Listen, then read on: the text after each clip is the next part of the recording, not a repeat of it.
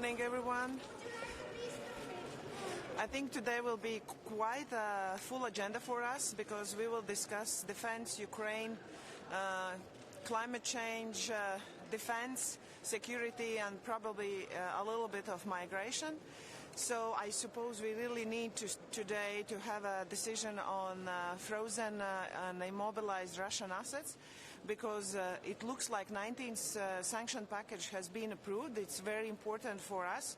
As we see from the news, US as well first time has imposed very direct sanctions on Russia's energy sector. So it's important that we can do together as well our 19th sanction package, and we can go forward with Russian immobilized assets which can be used for the needs Ukraine really have now, for their military needs. I as well see it would be important that mainly that those countries and all of us should probably guarantee that if something happens and the reparations will be paid to Ukraine, that we member states take as well the burden out of Belgium only, staying with question and legal questions which can raise afterwards, because I probably suppose Russia will have some applications in court or something, so we should be really very well prepared, and it looks like we are prepared. For defense, I think we together with Netherlands and Croatia, our defense ministers are working as well for new technologies, for drone wall. But on defense, those steps that has been taken is very important, and omnibuses should be decided on the parliament, because that could give us much faster way how we can move forward with our security.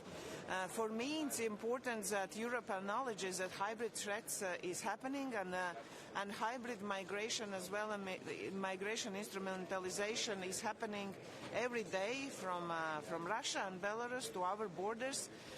So therefore this discussion will be important for me. And for climate change, I hope we will not step into those mistakes, if I would say so, what we had on setting 2030 as goals on climate change, because we need really more flexibility, and we need to see the real situation, how we can get to those goals which we have set for ourselves. So the goals are good ones, but we really need to assess, are we having all the tools, and we cannot afford to lose Europe's competitiveness in all the situation. Do you understand the concerns of some member states like Belgium concerning the frozen assets? Are there something you can do to address those concerns from some countries that have also assets in Russia? Yes, I think we had an informal summit where Belgian Prime Minister set out those legal questions, and on a page we have many answers on legal matters for frozen assets, because we will never take out those assets, so it means we will not actually move them out, so it will not be confiscated. We will just guarantee that that amount which is on the Euroclear now will be given to Ukraine, but we will guarantee as other countries, member state countries, that in a case if Russia pays the reparation, the war will be ending to Ukraine. Only then Ukrainians will need to pay back to Europeans. So I believe it's really good from the financial point outset now, proposal as well from legal side. Well, the 19th sanctions been approved. The US has also brought in its own sanctions. What's your response? Yes, my response is that we should do it together. So it's very appropriate time today to as well agree on 19th sanction package. And yesterday, actually, our ministers has agreed.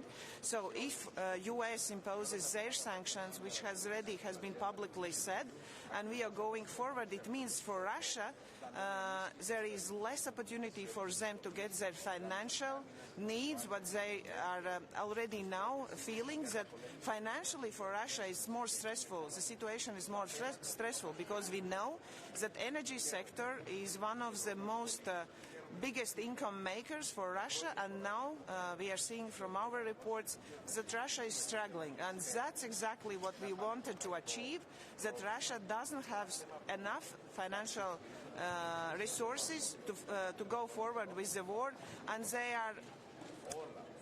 they are squeezed or pushed to have to sit on a negotiation tables to end this war. One question on climate. I would like to ask you: does climate protection have to take a backseat because of competitiveness? Is climate protection dead in the EU?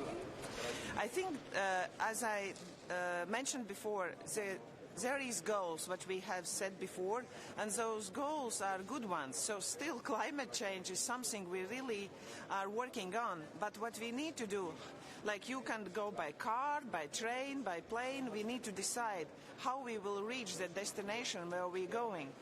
And if it's too pricey for our citizens to go with to the direction we have set for ourselves, 2030, 2040, we really need to give some flexibility for member states to work with their societies and to find the better way how we can reach our goals on climate change.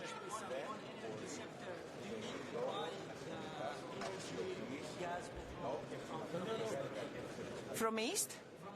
From Middle East?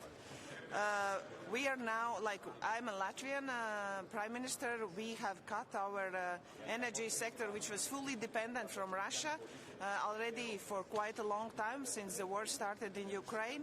We are buying something from United States and something from our European partners. We'll see who will be able to deliver energy.